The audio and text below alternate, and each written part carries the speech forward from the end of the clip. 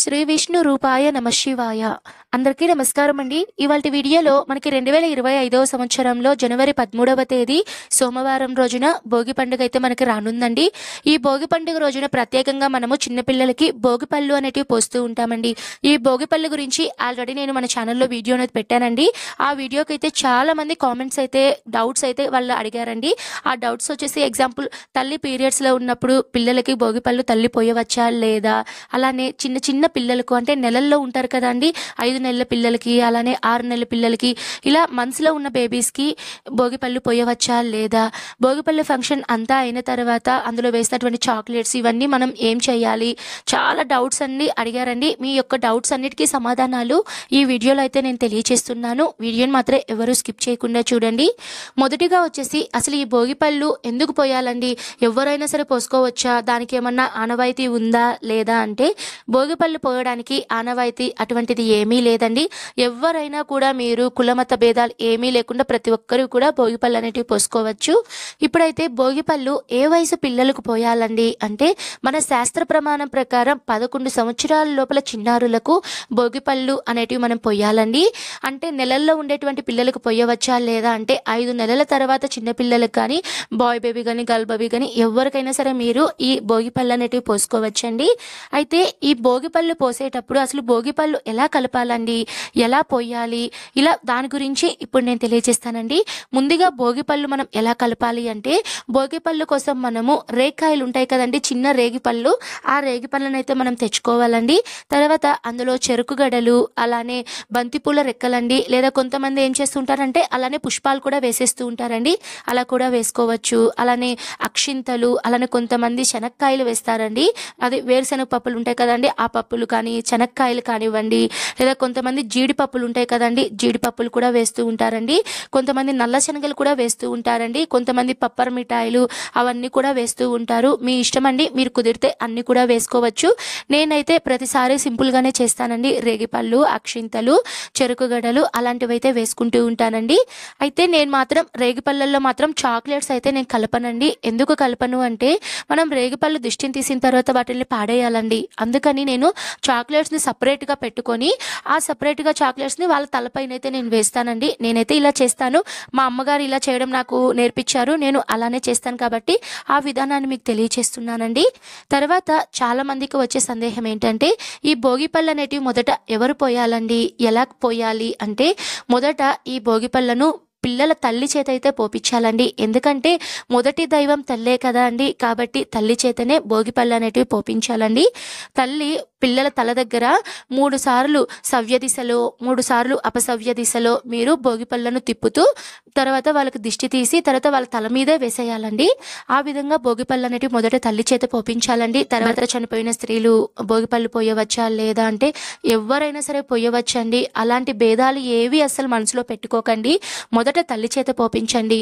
ఒక సందేహం అయితే వచ్చుంటుంది కదండి, మొదట తల్లి పోయాలి అని చెప్పారు కదా, మరి తల్లి పీరియడ్స్లో ఉన్నప్పుడు తల్లి దగ్గర లేనప్పుడు భోగిపళ్ళు ఎవరు పోయాలండి అంటే అసలు పోయవచ్చా, తల్లి చేత పోపియచ్చా అంటే తల్లి పీరియడ్స్లో ఉన్నప్పుడు పిల్లలకి భోగిపళ్ళు అనేటివి పోపీయకూడదండి. ఎందుకంటే మనము పిల్లల్లో శ్రీమన్నారాయణుడిగా భావించి ఇది కూడా ఒక దైవ కార్యమే కదండి, కాబట్టి ఈ దైవ కార్యంలో మనము పీరియడ్స్లో ఉన్న వాళ్ళు మనము ఈ భోగిపళ్ళు ఫంక్షన్ అనేది చేసేటప్పుడు తప్పకుండా చిన్నారులను కూర్చోపెట్టినప్పుడు ఇరువైపులా 2 దీపాలు అనేటివి పెడతామండి. అంటే వాళ్ళకి మనం సాక్షాత్తు భగవంతునిగా భావించి వాళ్ళకి మనం దీపం అనేది మన హారతిగా చూపిస్తాం కదా అండి, అంటే దైవ కార్యమే కదా.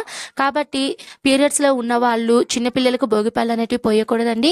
తల్లి లేనప్పుడు తండ్రి చేత పోపించండి, లేదు అంటే ఆ ఇంటి పెద్ద ఎవరైతే ఉంటారో అత్తగారు కానీ వాళ్ళ చేత పోపించండి, చాలా మంచిది. ఎవరైనా సరే ఈ భోగిపళ్ళను అయితే పోయొచ్చండి. మీ ఇంట్లో ఉన్న చిన్నపిల్లలే కాదండి, మీ ఇంట్లో ఉండేటువంటి చిన్నపిల్లల వయసు ఉన్నటువంటి పిల్లలు అంటే ఈ భోగిపళ్ళు పోయడానికి 11 సంవత్సరాల లోపల చిన్నారులు ఎవరైతే ఉంటారో వాళ్ళందరినీ పిలిచి ఒక దగ్గర కూర్చోపెట్టి సమానంగా వాళ్ళందరికీ భోగిపళ్ళు పోయడం కూడా. తర్వాత వచ్చే సందేహం ఏంటంటే భోగిపళ్ళు ఫంక్షన్ అనేది మనం ఎప్పుడు చేసుకోవాలండి, ఉదయం చేసుకోవాలా సాయంత్రం చేసుకోవాలా అంటే భోగిపళ్ళు ఎప్పుడు కూడా సాయంత్రం సమయంలో సూర్యాస్తమయానికి ముందు ఒక 48 నిమిషాల ముందు అయితే స్టార్ట్ చేయాలండి. అంటే మనకి ఈసారి 2025వ సంవత్సరంలో జనవరి 13వ తేదీన సాయంత్రం మీరు 5 గంటలకైతే స్టార్ట్ చేసుకుంటే సరిపోతుందండి.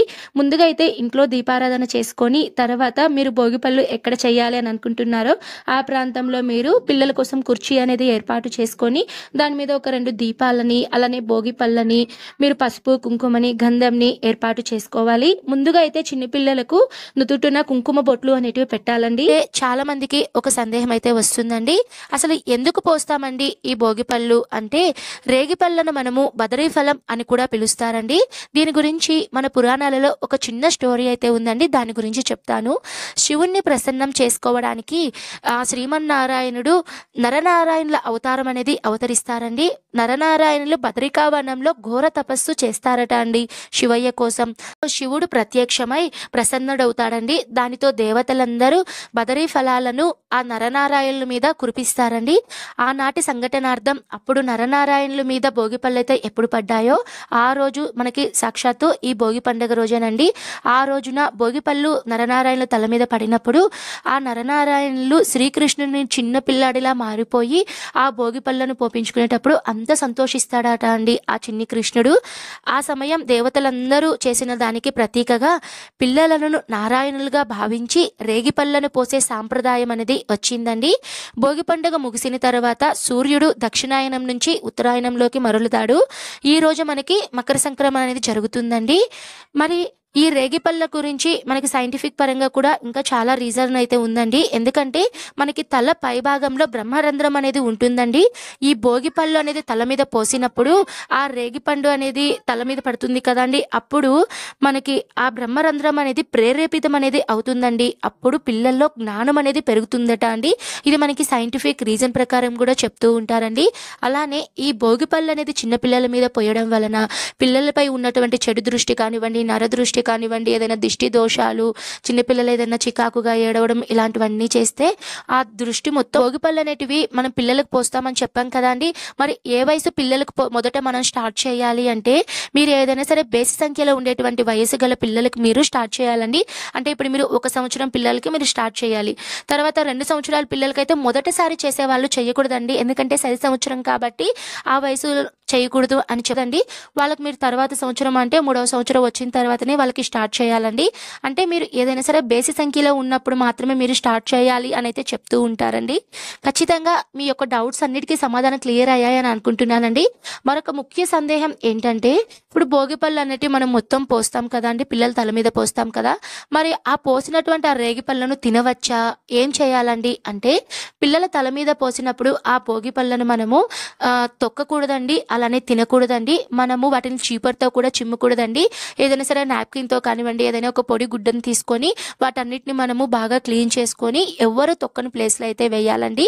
అందుకేనండి చెప్పింది ఈ భోగి పళ్ళల్లో చాక్లెట్స్ అనేటివి మీరు కలపకుండా ఉంటేనే మంచిదండి. చాక్లెట్స్ అనేవి మీరు సపరేట్గా ఒక ప్లేట్లో కలుపుకొని అవి వాళ్ళ తల మీద పోసిన తర్వాత ఆ చాక్లెట్స్ని అయితే పిల్లలందరూ పెట్టచ్చండి, తినచ్చు, దానికైతే ఏం ప్రాబ్లం ఉండదు. భోగి పళ్ళలో వేసినట్టు మాత్రం మనము దిష్టిగా భావిస్తాం కాబట్టి మనం వాటిని ఎవరు తొక్కని ప్రదేశంలో అయితే వేయాలండి. అందులో వేసిన చిల్లర నాణాలను ఏం చేయాలి అంటే ఎవరికైనా సరే పేద పిల్లలకు కానీ ఎవరికైనా పంచి పెడితే చాలా మంచిదండి. లేదు అనుకున్న వాళ్ళు ఏదైనా దేవాలయంకి వెళ్ళినప్పుడు దేవాలయంలో హుండీలో వేస్తే సరిపోతుందండి. తర్వాత అందులో వేసినటువంటి రేగిపళ్ళు, బంతిపూల రెక్కలు, చెరుకుగడలు ఇవన్నీ కూడా మీరు మొత్తం ఒక కవర్లో కానీ దేంట్లో అన్న పెట్టుకొని ఎవరో తొక్కని ప్లేస్లో అంటే డస్ట్బిన్లో కానీ లేదంటే ఏదైనా పారే నీళ్ళల్లో కానీ వేసేస్తే మంచిదండి. ఇదండి క్లియర్గా నేను ఈ భోగి పళ్ళ గురించి మీకు ఉండేటువంటి సందేహాలన్నిటికీ సమాధానాలు క్లియర్గా ఈ వీడియోలో అయితే అందించానండి. తప్పకుండా ఈ వీడియో ఉపయోగపడింది అని అనుకుంటున్నాను. ఉపయోగపడితే తప్పకుండా లైక్ చేయండి. మరో మంచి వీడియోతో మీ ముందైతే ఉంటానండి. సర్వే జన సుఖినో